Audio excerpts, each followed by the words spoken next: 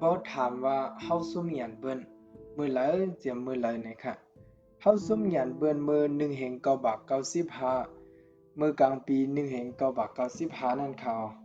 อันเลยหันแจ้งแรงมันได้ค่ะกันนะเจ้ากันยอดแน่ไหนมันเจ้าไหลรับข้อความสอส่วนเข้าหูมาไหลหูไหลตั้งไหลตีไหลตั้งแลไหนสั่งไหลผัดออกเจ้าคนสากเหี่ยวแลกวาดดังตัวหังกล้วยค่ะ เห็นอันนี้ดีแนวแลไว้มาก็จะเหมือนตั้งมันก็มีมาอยู่อีออดออดเอาค่ะลูกเนาะมีความเสน่ห์เจ้าขุนสารดังนำดังไหลเฮ็ดให้กวนดังนำดังไหลจังเจ้าขุนสารกวนเมืองจังเจ้าขุนสารค่ะกวนซึกใน MTA นั่นก็อันเป็นลูกน้องเก่าเจ้ากวนเจิงและเจ้าจำมานั่นก็ล้อมแหลมเล่าไปออก MTAC กว่าห่มเจ้ากันยอด SSNA ถึงดีว่า SSNA เลยลิบล้ำลูกน้องเจ้าขุนสา MTA ในเมืองใดดังตกคงในค่ะเนาะดังตกคงในค่ะก็บ่ว่าเป็นจังไหนมาไหนก็อันเป็นแห้งใจซึก MTA กวนซึกใน MTA แน่ยอมลงตกซุ่มหนำครับเจ้าขุนสาก็คำใจดังตึกตาเอาขนาดหันดังออกเพราะว่าซึกว่า UWSA หัวได้เตียกันเอาไหนก็ซึกว่าในคืนโหลดดึกลอยล่างดังวันดังคืนในเขาย้อนเบอกวนซึกได้อันหับดึกดีลอยล่างนั่นก็เลยฮู้ว่าได้เตียกันดังตกของนั้นเป็นเจ้ากันยอดหมดยาวในและเฮ็ดให้แห้งใจกวนซึกลอยล่างตกมีแห้งใจเคยดึกในเขาเตียวเลือนทวน6ปี1995ถึงเลือนทวน1ปี1996เขาดัง6เลือนค่ะ MTA เตียกันจ้างกันเลยล่ำตึกกันเจ้าคุณสาวว่นว่าบ่ไหลงามเย็นดีมันเดลีมาในเฮและสั่งไหลส่งกวนกับ10มันหาไหลงามเย็นเหมือน SSPP และ SSNA ดัง UWSA เขาเจอในกวยหนามันหัวเจ้าคุณสัตว์ตึกตานยาวในจังเฮ็ดถือยาวในค่ะแหละมาแน่จังปันความปอดดีจุ่มเจ้าคุณสาวว่า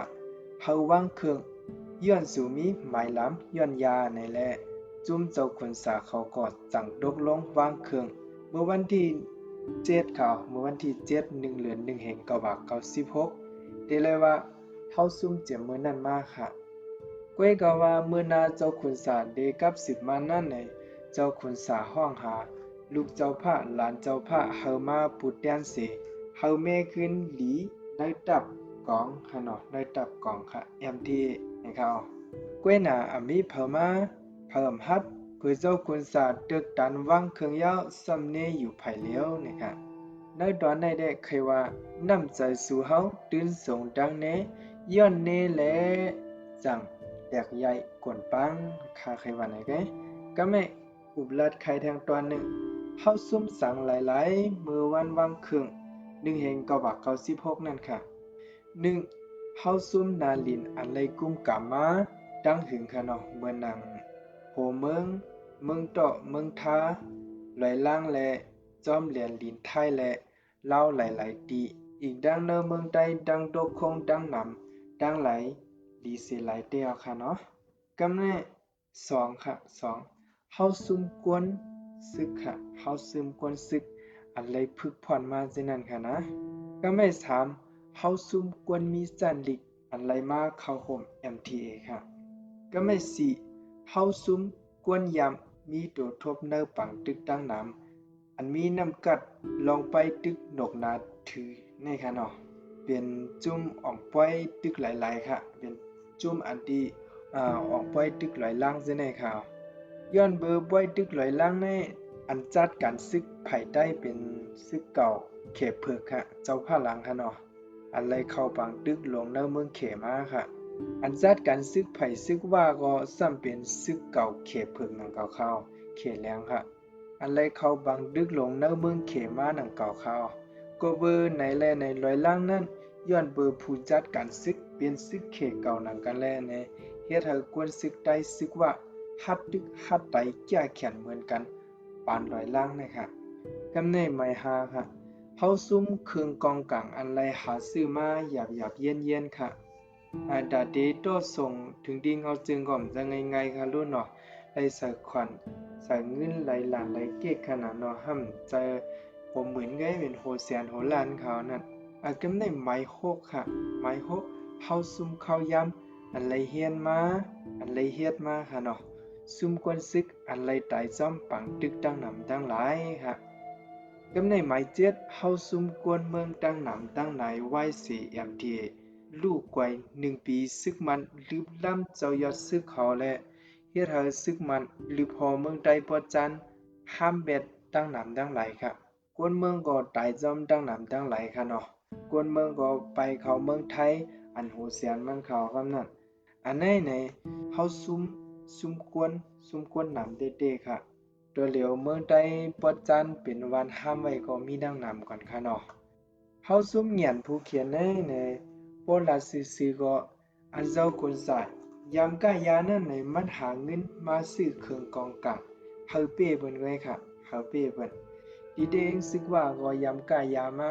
เบิ่นนำว่าหั่งกันค่ะเบิ่นว่าหั่งกันค่ะตัวเหลียวซึกว่าก็แก่นแข็งจือเนาย้อนยาก็เพิ่นนำสนใจค่ะลูกเนาะเพราะเฮาต้วยขึ้นได้เฮาได้แลหารเขานะ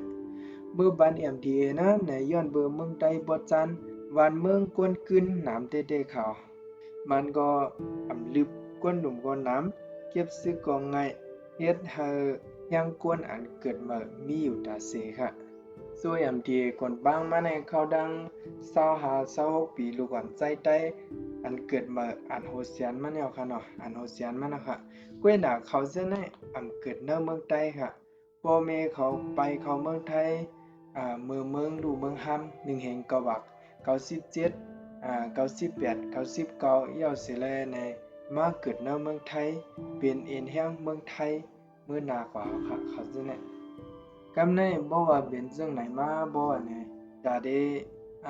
ใครเฮ็ดซึกใต้ดาเดฮู้ลองใต้ดาเดจอยแถมใต้ในก็นำใจจะในก็มันค่ะย้อนเบิ่งค่ะกวนอันอยู่จามันบ่มีซิในก็ทำไรไปย้อนซิในเดบ่ลัดลองซึกลองซื้อลองการวันการเมืองเอาเดียวซิในและลัดลูกเขาให้ขนาดนะก็บ่ว่าเป็นจังไหนมาเนี่ยสนใจลองใต้ฮู้ปืนใต้มีความใต้ข้อหนึงว่าบ่ฮักปืนบ่ฮู้ปืนนี่ค่ะเนาะบ่ฮู้ปืนดินฮักคือนี่เขาก็เบิ่นได้แหละเขาก็สวงบ่ขอมฮู้ปืนก็เขาสวงเอาค่ะเขาสวงใต้เอาค่ะนะก้อยก็ว่าอันเปลี่ยนมาดังเสียงดังหมดจังได๋เด้ก็พยาบินเด้พาค่ะเฮาเป็นตอนสอนก่อนวันดามื้อนาไกค่ะเนาะลีจ้าเพราะว่ากวนในผมรอดเลยค่ะแล้วเนาะเขาใครสื่อสารเอาตอนสอนเนยลองจังได๋ก็ให้เขาสื่อสารมีดังหันถึงเนอมันเจ้าซึ่งหือเปลี่ยนซึ่งหือมีซึ่งหือในก็คอมเมนต์ลัดมันคายนึงค่ะเฮาเป็นตั้งหูนำตั้งหัดกว้างค่ะเนาะคาย้อนเมียวอย่าบีเซเนกันค่ะกันนั่นเลยค่ะเนาะ